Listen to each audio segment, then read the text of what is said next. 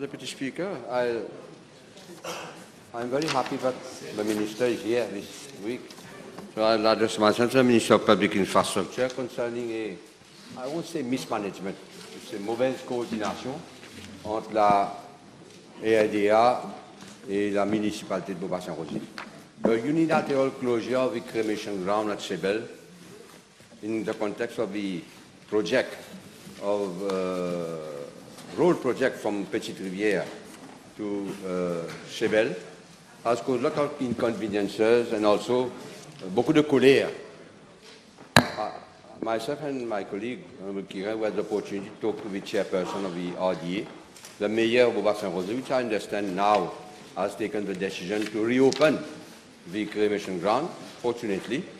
And the purpose of my intervening is to ask the Minister of Public Infrastructure at least to see to it that there is proper coordination. The RDA should not have taken the decision just to close the cremation ground until and when there was a new one, at least be constructed in the vicinity, but also in consultation with all the religious authorities of Menga and the other region of Beaubassin. So my appeal to the Minister, at least, I know that the municipality of Beaubassin-Rosy has said, the RDA, but il y a certains qui font de la démagogie, pas le problème à le dire, mais j'espère que le ministre de Public Infrastructure va faire le nécessaire auprès du RDA. Il n'y a pas seulement le cremation ground, il y a un lieu où was limited late circuit Jagatsing. That was the whole region. I've been made to understand that the land is owned by Gamma Civic, but the municipality has been taking care for years and years of that cremation ground. I think the minister at least owes an explanation to the population of Menga. What I said is bad planning and mauvaise coordination entre la RDA et la municipalité. Mr. Deputy Speaker, sir, I'm not going to talk about bad planning or demagogy or whatever. I would like to say that the Honourable Member raised this matter to me a few days back. My colleague, the Chief Whip, also was addressing this issue. The Honourable Minister Gayan also talked to me. There was a meeting with the Force V. So in fact, I would like to explain, yes, the PPS Alifon as well. So anyway, everybody is concerned and everybody wanted to find a solution. The project consists of the construction of 2.7 kilometer of carriageway, and it will link Black River Road to Gros Caillou and Chebel and Port Louis, and also will further link to the A1-M1 bridge and come to Sorens. In order to do this, there had to be a roundabout, and it entailed the demolition of a boundary wall of the old crematorium and the demolition of one wood furnace. Now we have sat down, everybody has in fact been involved, and in fact from what I understand, what has happened is there was a decision of the municipality, and it followed a decision of Housing and Lands, in fact, for the acquisition of that plot. Well, anyway, what we have decided now is that a meeting has been held. One of the affected wood furnace will be reconstructed within the same premises of the crematorium, which means that the old crematorium, the traditional one, will continue with the two piers, and thus it will be reinstated. The access to the crematorium will be enlarged and relocated on the lateral road by making use of land already acquired. I'm also been told that special attention has been given to see to it that nothing happens to Sir Keir Jagat Singh's tomb. And it is also worth noting that the new gas crematorium will be untouched, which means that you'll have the new one and the traditional one as well. And the new roundabout will be able to not only to link A1-M1, as I said, but also the locality of Chebel. Access to these two crematoriums will be made more practical. So we have found a solution. I'll see to it that this is done in the proper manner, and that we'll have a time frame for everything so that everybody can rest in peace. Thank you, Mr. Deputy Speaker. Honourable members, I have a list of 16 members who wish to intervene. We have only 30 minutes allotted to this item. Honourable Uteem. Thank you, Mr. Deputy Speaker. Sir, I have an issue addressed to the Honourable Minister of Public Infrastructure, and it's related to the chaotic situation prevailing in Port Louis following the closure of Victoria Bus Terminal. Chaos everywhere.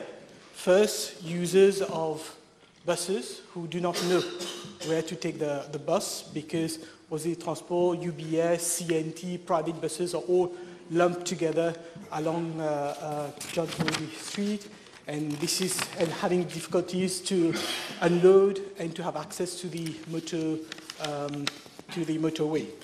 Also, the closure has caused a number of issues for other road users, private cars departing from Port Louis, especially in the afternoon. And the bus lane, the new bus lane also is contributing to create a traffic jam.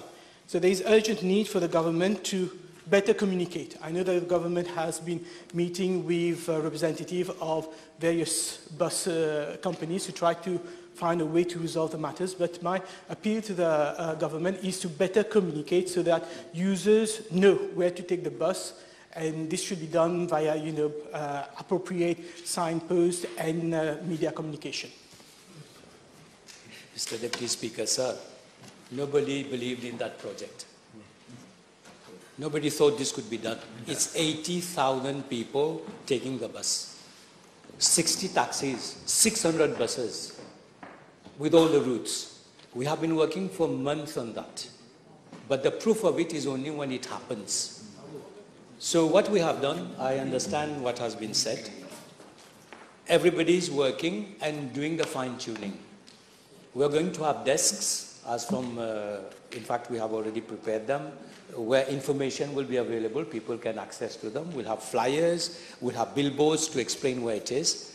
We have one major issue is the third lane that we are using on the motorway, which is restricting the fact that there are going to be only 2 lanes going towards the south.